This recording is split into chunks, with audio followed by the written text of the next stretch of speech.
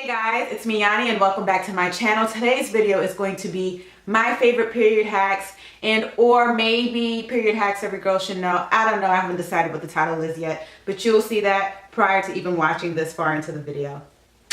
So I'm just going to jump into it, try to get through it quickly, mostly because I have brunch and I'm running late as per the usual. So I have kind of divided this up into most difficult thing to deal with all the way to the easiest thing to deal with. So the first thing I'm going to jump into is how to deal with pain. What are my favorite hacks for dealing with pain during your period? And if you're like me, you get cramps from your stomach, your back, your upper legs, down to your lower legs, even to your private area, you get a lot of cramps. So the very first hack I have for you guys is actually a hack that I learned very recently, and that is that I can mix my over-the-counter painkillers. The ones that I like to mix is acetaminophen, the 500 milligrams, and the ibuprofen 200 milligrams, and I only take one of each together every 8 hours, and it has done wonders. I try to take it a day before my period actually starts. That way I won't have to be using a lot of it throughout the week or over the length of my period. Now I got the go ahead from a doctor that I can go ahead and mix those painkillers, but I've also linked an article down below that says which painkillers you can mix that are over the counter, but I highly suggest before you do it, you ask your doctor if it's safe to do so. Now I can't take naproxen because it's made me really sick in the past. That's why I stick to acetaminophen and ibuprofen. But when I take them separately, I don't feel like the pain is as subdued as when I take one of each together every 8 hours. What I do advise though, and everyone knows this, you should definitely not take painkillers, any prescription drugs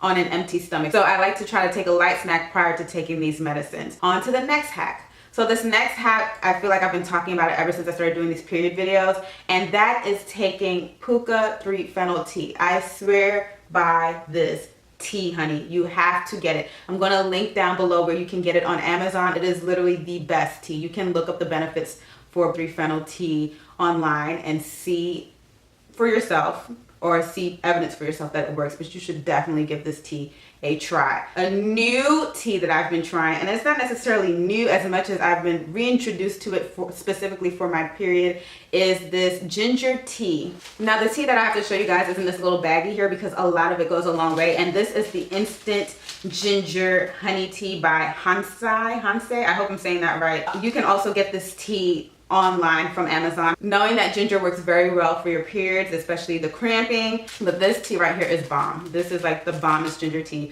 I've ever had, ever. It works so well. Now I don't have to abuse my Puka 3-phenyl tea, and this, I've been using this same little pack here for like a month and a half. You can probably buy one box and it will probably last you a good year because you don't need a lot. And ginger isn't the best tasting tea in the world, but this one has honey in it, and I know there's options for mint and other flavor mixes, but the honey one makes it easier to get that ginger down, so I highly suggest this. The next thing I have to talk about, comfort. Oh my goodness, comfort. Comfort is like the next thing on the list because being comfortable during your period is like so freaking hard. Between the tampons, the pads that feel like Pampers, and trying to sleep so that you don't make a mess everywhere.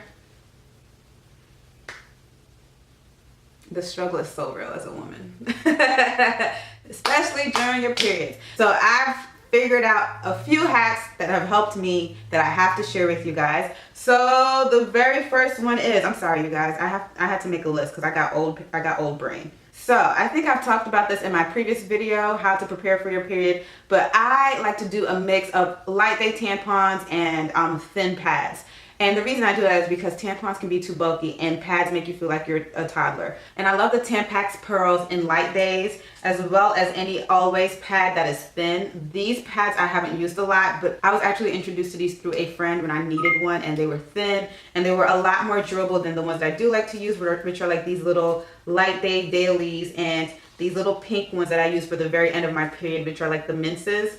I absolutely love these because you can't feel them that much. Like when I first got my period and my mother went and pulled out like that big bulky pad, and I couldn't wear tampons yet.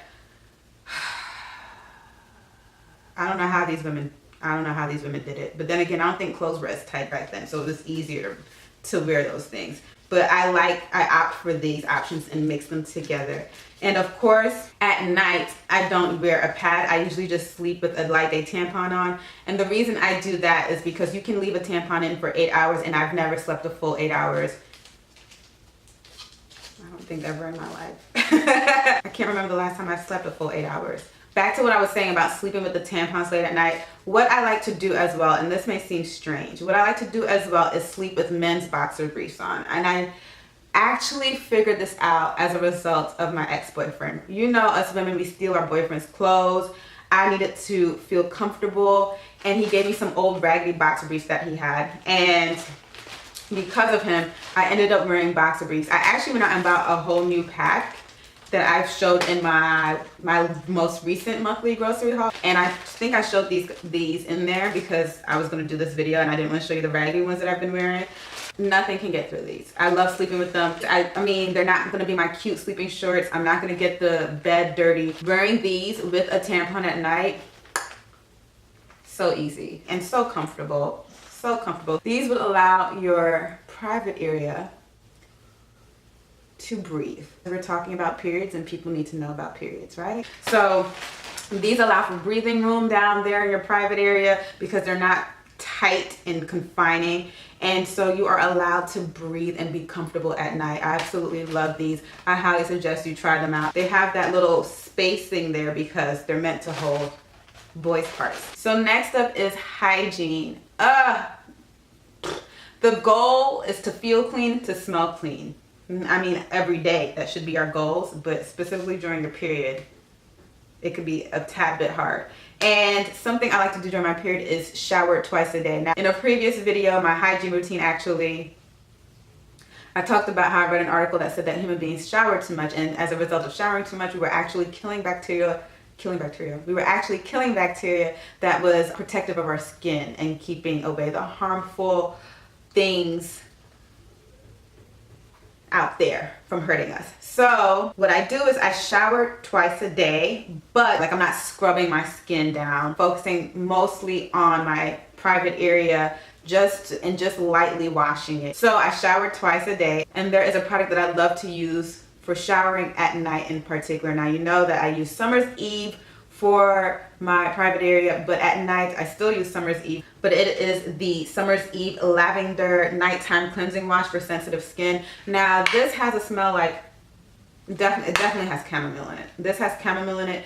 In my opinion, chamomile can be a tiny bit drying on my skin, hence why I only really like to use this right down here. And if I'm showering at night and after a day of like sweating too much, I will lather it over my skin, just gently caressing my body, just to give it like a feeling of cleanliness, because I don't want to overwash my skin, and I definitely don't want to overwash my private parts. I just want to make sure everything is clean and, you know, clean and smells good. There we go. Just want to make sure everything is clean and it smells good. So I like to use this. I literally only use this for my time of the month, so I have a lot in this bottle. So the last thing for hygiene is use a period towel. It's not even necessarily hygiene as much as it is trying not to dirty up your white towels. Now my period towel in particular is a mahogany. That is not the color, girl. I use a reddish burgundy towel for my time of the month, but when I was thinner, it was much easier to get around me. Now I opt to use black towels because, you know, they just don't stain as easily, and I got really, really large ones. So those are the ones that I use. That's not even really a hygiene tip. I don't know why I included it, but I thought, I mean, it made sense to me to include it just in case no one else had figured that part out yet. And that's it. So that is it for this video, you guys. Give me a thumbs up if you liked it. Leave a comment down below letting me know what your favorite period hacks are, or if you're going to use any of the period hacks I talked about today. And don't forget to subscribe and share this video. I love you guys. Thank you so much for watching. Bye-bye.